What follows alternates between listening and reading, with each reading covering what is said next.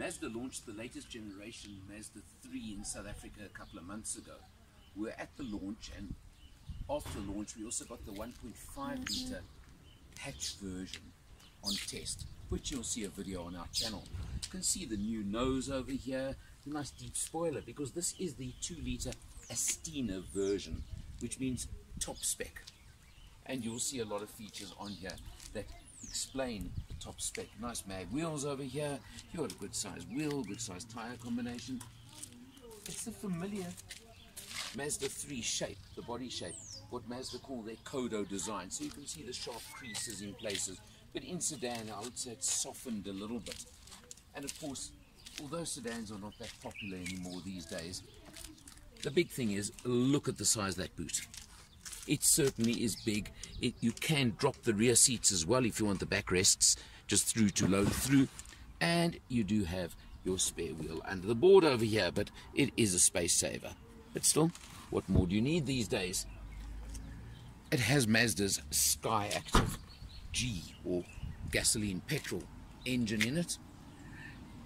As I said, the 2 litre puts out 121 kilowatts, 213 newton meters of torque.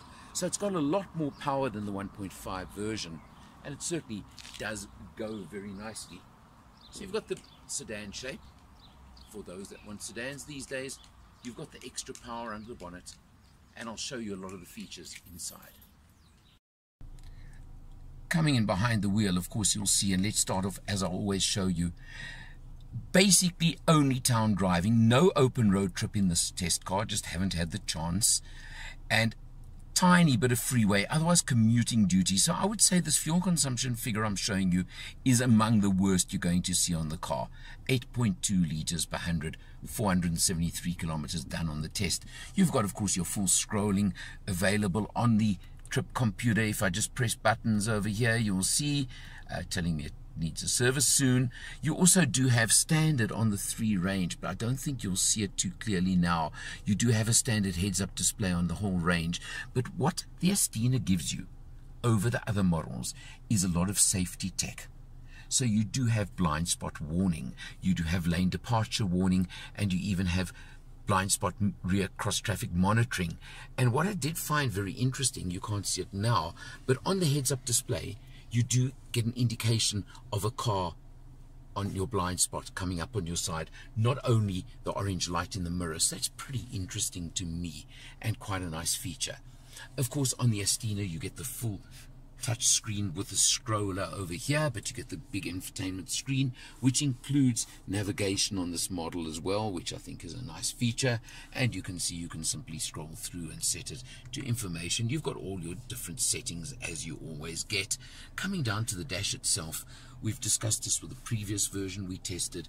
You've got the leather feel, the soft touch leather feel to it with the stitching, which is an indication of exactly where Mazda's going, how they're moving up market, and that push up market that they've made very specifically, very clearly. And they certainly are competing on quality now, and that's a very deliberate move from Mazda with the 3, for example, but across the range. Standard 6-speed automatic gearbox. I've discussed it, very smooth, very comfortable. You do have paddles on the steering wheel on the 2 litre version as well. And you do have a sport mode button there if you want to use it. I've discussed this before. I find on a lot of cars it simply holds ratios longer, and personally I leave it in standard mode and find it very, very comfortable. 7 airbags are standard as well, and on Astina models you get the sunroof, you get the full leather trim. I'd say you've pretty much got it all on a really upmarket, comfortable, small to medium family sedan, can I call it that? Another feature of the top models in the Astina, for example, is the standard Bose sound system. So you've got these speakers over here, and it's a very upgraded, upmarket sound system as well. Another feature you get with Mazda, of course, is standard reverse camera with, of course, the overhead view. Again, useful. I certainly do like them, and I'm getting to a point, quite honestly, where I miss it if I'm driving a car that does not have the standard reverse camera, but it certainly shows up nicely, works very well, and you can hear the car's pretty smooth as well, isn't it? Certainly runs smoothly on the road. Well, what's it going to cost you for all of this? That's the question. 470,000 Rand is the price of the Astina version, which is the only model in the range, either hatch or sedan, that does give you the option of the 2-litre engine.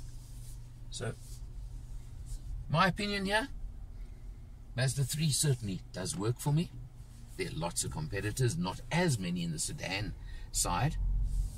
But if I was buying a Mazda 3, and I can say I would look at one, I would certainly go for this 2-litre Astina version. And I would look at that one if I was looking. I think it's got the extra power, it's got the extra features, it's got the extra safety that I always find so important.